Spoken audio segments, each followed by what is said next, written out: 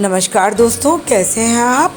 अभी तक मैं आपको अपनी कविताएं सुना रही थी। आज मैं अपना ब्लॉग लेकर आपके सामने आई हूं और उस ब्लॉग में मैं उन बच्चों के विषय में बात करूंगी, पेरेंटिंग के बारे में बात करूंगी जो बच्चे 12 साल से 15 साल की उम्र के बीच में प्रवेश करते हैं। उस समय उनका एक ऐसा पीरियड चल रहा होता है जहाँ पर वो काफ़ी कंफ्यूज्ड होते हैं।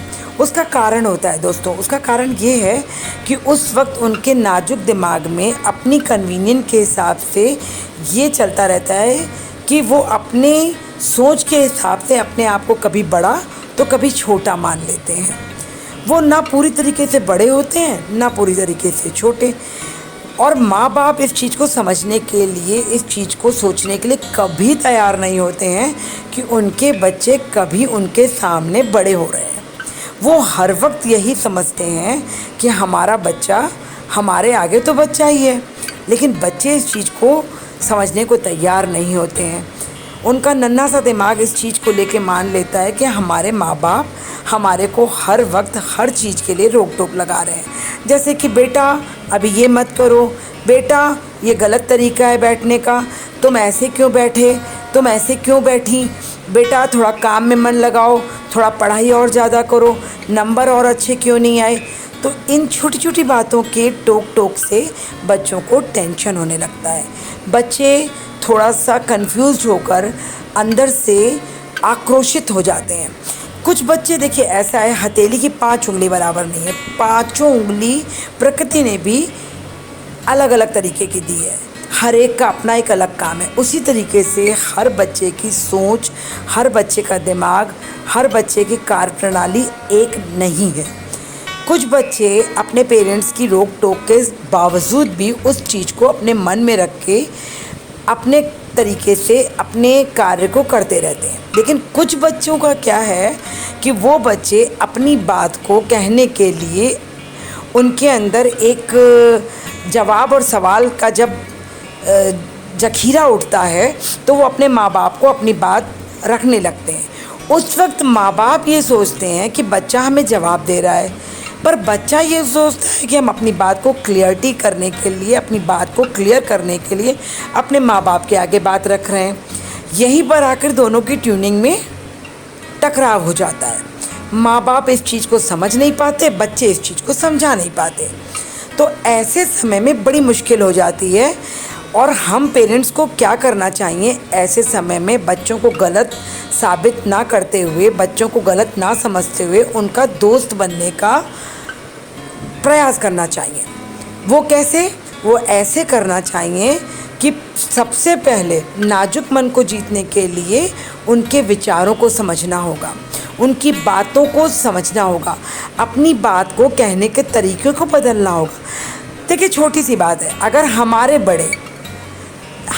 बड़े हमको जब किसी चीज़ के लिए रोकते टोकते हैं या टोकते थे तो हमें बुरा लगता था। ऐसे में चाहे हमारी सास हो, चाहे हमारी माँ हो, चाहे हमारे पिताजी हों, चाहे हमारे ससुर जी हों, कोई भी बड़ा अगर हमें कुछ टोकता था तो हमें उस वक्त बुरा लगता था। तो उसी तरीके से ये छोटे बच्चे भी हैं, इनको भी अपनी बात को कहने का पूरा हक है, पूरा आज़ादी है कि ये अपनी बात कह सकें। क्योंकि देखिए अगर इन बच्चों का हमें दोस्त बनना है तो हमें इनकी बात को, इनके विचारों को, इनके मन के उठे हुए सवालों को समझना होगा। कितने पेरेंट्स ऐसे हैं जब बच्चे स्कूल से आते हैं और वो एक्साइटेड होते हैं कि आज घर पहुंचते ही मम्मी को बताएंगे कि बस में क्या हुआ, क्लासेस में क्या हुआ, स्कूल में क्या हुआ, और मम्मी ठीक सुनेगी। लेकिन मम्मी के पास टाइम नहीं होता। कभी मम्मी लंच तैयार कर रही होती है, कभी मम्मी कुछ काम कर रही होती हैं, घर के सैकड़ों काम होते हैं जो माँ निपटा रही होती है। बच्चा अपने तरीके से बात कर रहा होता है, माँ को जल्दबाजी होती है, जल्दी नहा लो, जल्दी खा लो, क्या कर रहे हो, टाइम वेस्ट करना है तुम्हें तो और कुछ नहीं है, होमवर्क भी करना है। ऐसे में बच्चा बहुत लोनलीनेस फील करने लगता है, वो अकेला हो जाता है। नहीं, ये गलत है तरीका। जब भी हमारे बच्चे हमसे कुछ कहना चाहें तो अपनी बात कहने के लिए, अपनी बात समझाने के पहले हमें उनकी बात सुननी चाहिए, उनकी बात समझनी चाहिए। और जब हम उनकी बात समझ लेंगे तो निश्चित तौर पे तय है मेरा अनुभव ये बताता है कि फिर बच्चे भी आपकी कही गई बात को समझ लेंगे।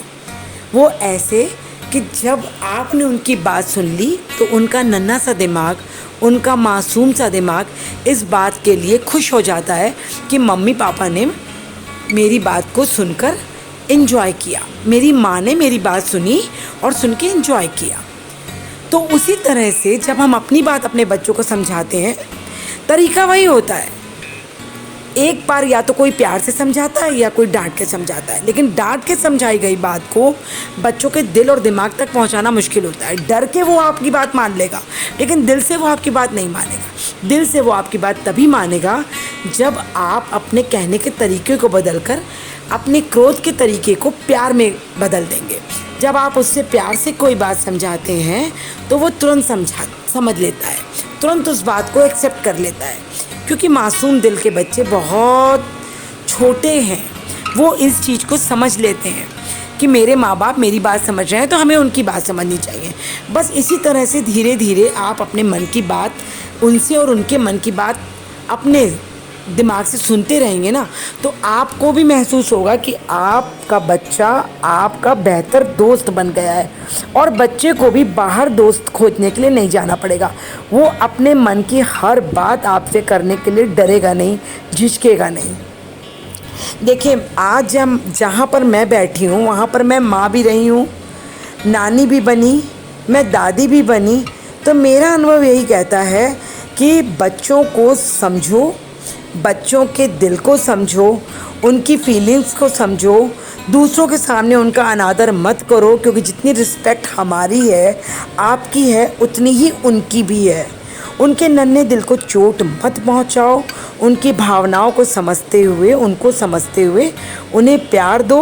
वो आपको तुरंत समझेंगे, आपकी बात मानेंगे और आप एक अच्छे पेरेंट्स बनकर अपने बच्चों के संग तालमेल बैठा सकोगे। Okay, bye. बाद में फिर मिलते हैं अपनी और कुछ बातों को लेते हुए। Bye bye viewers.